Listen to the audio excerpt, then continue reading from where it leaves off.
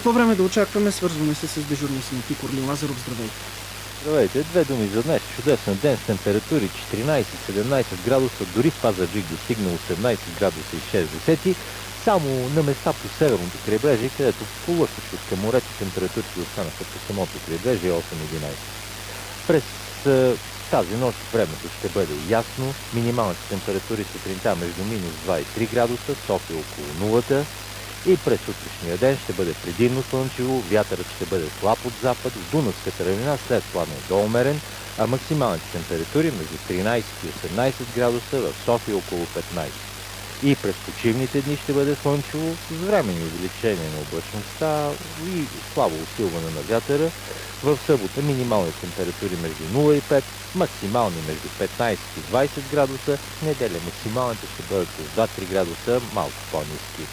Така че времето ще бъде топло, с температури над характерните за периода от месеца.